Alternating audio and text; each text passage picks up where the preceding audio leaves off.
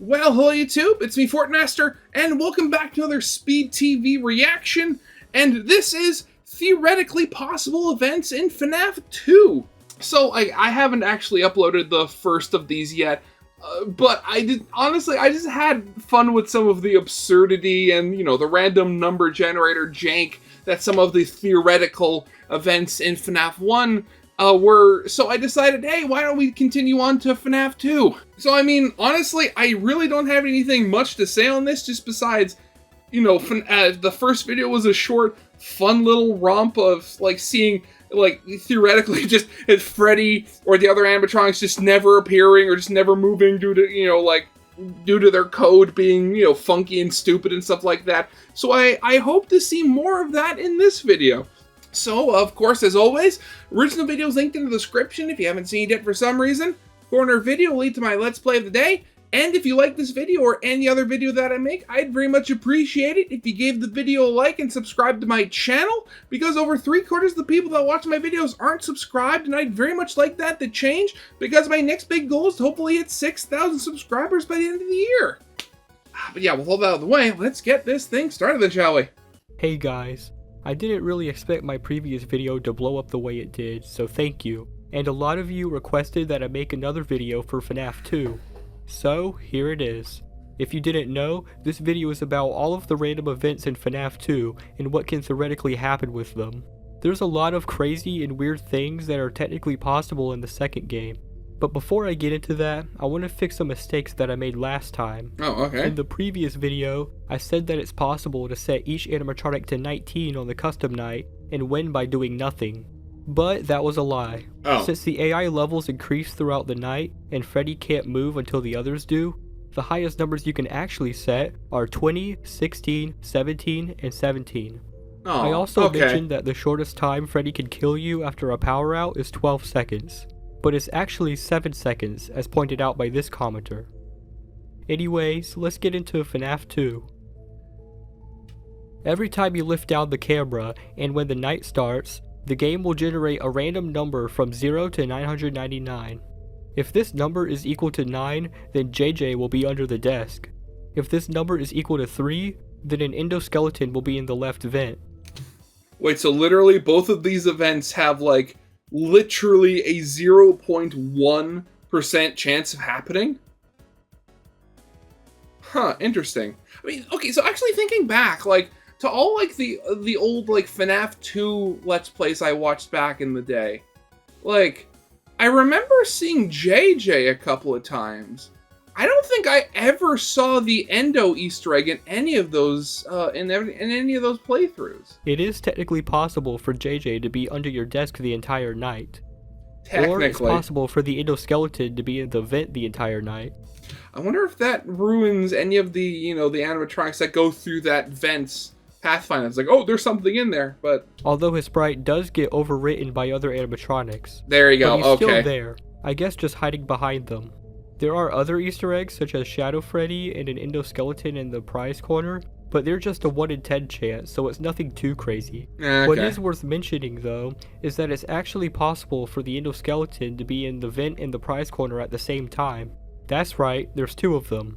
And if the parts and service is cleared out, then Shadow Freddy will also join in. Well, okay, the puppet actually has movement opportunities just like any other animatronic. Once the music runs out, he has an AI +1 in 20 chance to move every second, making his way to your office. But if you're lucky, the puppet could just fail every movement opportunity and stay in his box for the whole night. Honestly, whenever they say, fail a movement opportunity, the thing that my mind immediately goes to is, it's maybe something you've seen, a little, comic somebody posts online or something, where, the comic, or where, the puppet tries to move, but it's, stuck in the box. Or you have the animatronic walking down the hall and they just slip on a puddle, and that's why they don't actually move. Oh god. I guess he's listening to his own music. Maybe, yeah. Turn the music back on by winding it up again. It's also possible for the puppet to leave the box and just despawn. It literally gone. Okay. And from here, you're free to check out the endoskeleton for as long as you want. Man, imagine that. It's like, again, I was in the other video, I was talking about the possibility of like modding the game for like an April Fool's video and just having those cursed and random playthrough ever where just seemingly everything wrong did go wrong. On night 2, Golden Freddy has a 1 in 1,000 chance to become active at 1 AM with an AI of 1. And since he has an AI and 20 chance to move, that means he could succeed every movement opportunity. So once it hits 1 AM on night 2, Golden Freddy could appear and never leave you alone, being an aggressive threat throughout the rest of the night. That would be so but annoying. Just how aggressive could he get? Well, every second that you're not using the hall light, a random value called B will be rolled from 0 to 9. If this number is 1, then Golden Freddy will be in the hall. Every frame that the hall light is on, a kill counter will increase by 1. If this counter is greater than 100, then Golden Freddy will attack after a second. This kill counter is supposed to get reset back to 0 when B is not equal to 1, but let's just say that this B value always rolls a 1. In this case, Golden Freddy will be in the hall for the entire night, and his kill counter never gets reset. That means if you shine the light on Golden Freddy for a total time of 1.7 seconds throughout the night, you're dead. Or God, honestly, the only thing I can think of is like, imagine if like the greater the kill count got, the closer he got to the further down the hallway he became. Like, oh, that'd be freaky. Or at least that's what I thought, but it gets even worse than that. You see, the variable that checks if you're flashing the hall gets set to 1 the moment you press the button to shine the light, but it only gets set back to 0 on 1 second intervals. That means just flickering the light for a single frame could increase Golden Freddy's kill counter by 60.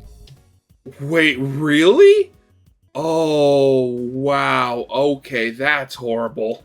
So, picture this. You enter night 2, and at 1 AM, you flash the hall for a split second to see Golden Freddy. A few seconds later, you flicker the light again, and then you die. Oh god, that's horrible. When Toy Bonnie is in the vent and you put down the mask, there is a 1 in 2 chance every 0.5 seconds for him to come out of the vent. So it's possible for him to never come out of the vent, and there's nothing you can really do from here but just die. Oh god, the idea that he just stays in the vent the entire time and just to be annoying, like come on. Why does Toy Bonnie have to be so weird? But don't worry, the other animatronics can be nice sometimes. If you put on the mask too late for an animatronic, they have a 1 in 2 chance to kill you every second. But while the mask is on, they also have a 1 in 10 chance every second to just leave like nothing ever happened. So you could put the mask on as late as you want and it'll always work. Okay. And he's back there. You can do it so late and honestly, it's amazing how quickly they can move when they really want to. Fact that you can put it on after they've already disappeared and they'll still get tricked by the mask.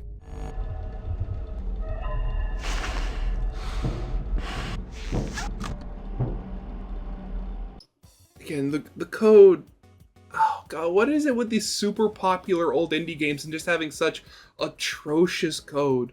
Like, you had Undertale as one where it's just if statements all the way down, and then you have Fnaf 1 and 2 where the code is just barely being held together, and it is just beautiful. That is what it is. When an animatronic enters your office, the lights will start flickering for some reason. There's 2 phases for how intense the flickering is. Phase 1 lasts for 1.32 seconds, and Phase 2 lasts for 1.67 seconds. During Phase 1, there's a 50% chance every frame for the screen to turn black. During Phase 2, there is a 90% chance every frame for the screen to turn black. So once an animatronic attacks, the lights could just stay on and both of you stand there awkwardly. But after a while, the night guard will close their eyes. On the contrary, the lights could stay black the whole time and you'll only get a glimpse of the animatronic. Just close your eyes. If I don't see it, it's not there. Most animatronics have an AI and 20 chance to move, just like the first game. So that means every animatronic, except Foxy, could just never move throughout the entire game. And as long as Golden Freddy's B value isn't 1, he'll never show up. This even applies to 1020 mode because the AI levels of the animatronics get secretly capped, making them never actually go up to 20. And their AI doesn't increase throughout Night 7. Wait, really? They can just never hit 20? Huh, interesting. Okay. So, there you have it. You're safe and sound. Well, except Foxy. Yeah, You'll of just have course. to deal with him like normal. But It's I always didn't know Foxy. Freddy's gang was chill like that. Or maybe they were just given a proper night mode, who knows. Hopefully. And I'm still not done talking about the puppet. As the puppet moves through the building, you can tell when he's there based on the static being stronger. But you can also catch a glimpse of him. The moment you turn off the light, there's a chance for the puppet to appear. There's 4 different images that each have about a 1 in 50 chance.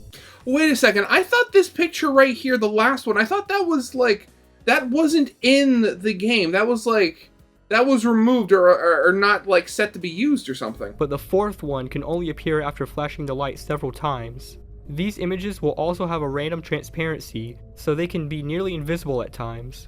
But of course, if you'd like to see what it looks like if the puppet appeared every time, here you go.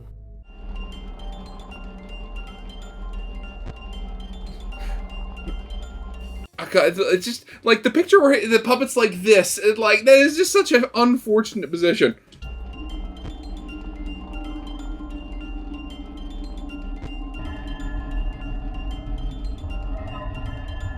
Honestly, if I didn't know better, I was gonna. If I didn't know better, I was gonna say this video, like both these videos, was gonna give me a seizure, even though I've never had one in my life. Then, you know, knock on wood. We have Shadow Bonnie.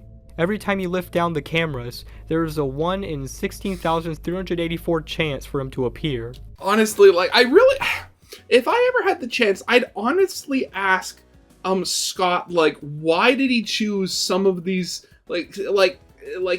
some of these numbers? Like, why something so specific? Why not something round, like, oh, just 10,000 or 20,000 or 15,000 or something like that? No, it's specifically a 1 in 16,384. Like, why? You can get rid of him by shining the light, and he will slowly fade out for 2 seconds. But he will crash your game if he's been in the office for a total of 4 seconds. So if Shadow Bonnie ever appears twice in the same night, your game is guaranteed to crash, even if you flash him away as early as possible.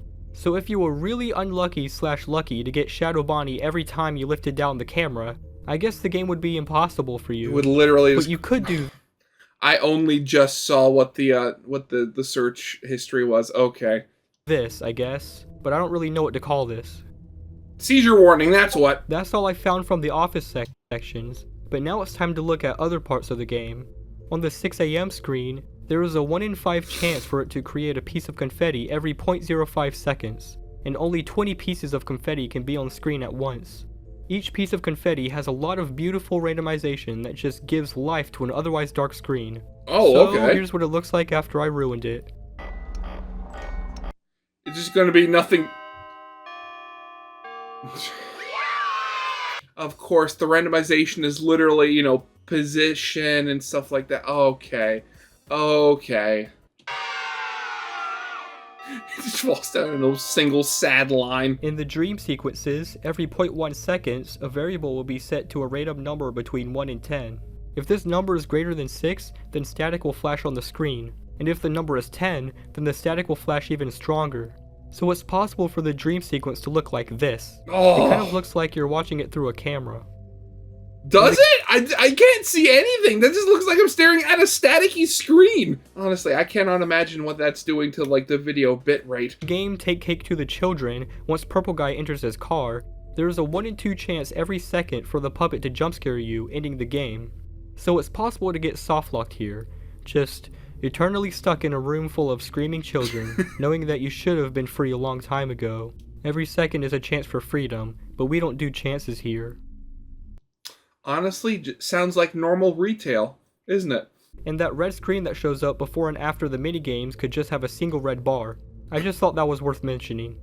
Of course. And Of course it finally, can. we have the title screen. It works in a similar way to the first game. Every 0.3 seconds, the transparency of the animatronics will be randomly set. So, once again, it's possible for the animatronics to just not be there.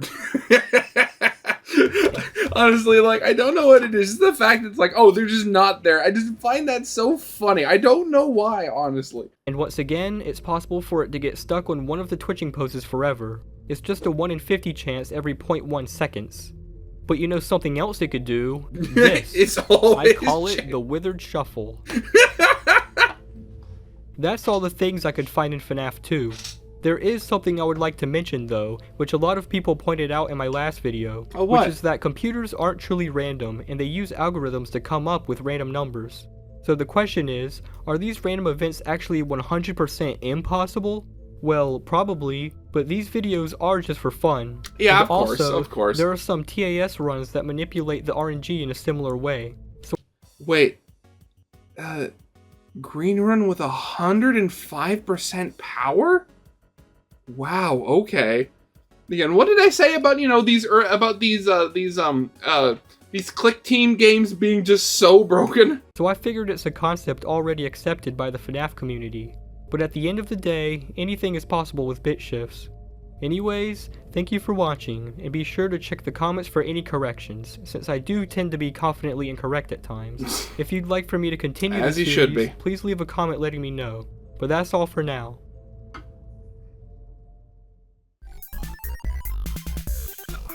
Honestly, that was wonderful. Again, these videos, it's been pointed out before, and like I've kind of reiterated that like FNAF, Undertale, they prove you don't need to be a good coder to make a good game.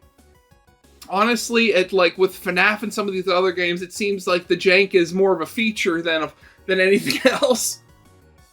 Oh god, just thinking back, honestly, like I really wonder if Scott would ever go back and actually make a new, like, click team FNAF game. Because, like, I know, oh god, I'm forgetting his name now, but the voice actor that's done a lot of Freddy voices, he was teasing something only a couple of days ago about like a potential new FNAF game, and I've been hearing, from what I've seen, I've been hearing, the name FNAF Abyss or something rolling around. So I don't know whether that there actually is going to be a new game coming out soon, specifically which is absolutely phenomenal, given that we haven't gotten the DLC for Secret of the Mimic yet at all. But yeah, so we're definitely gonna have to see what comes of it. So yeah, I hope you guys liked. If you did, leave a like, subscribe if you have not, and I'll see you guys next time. Goodbye.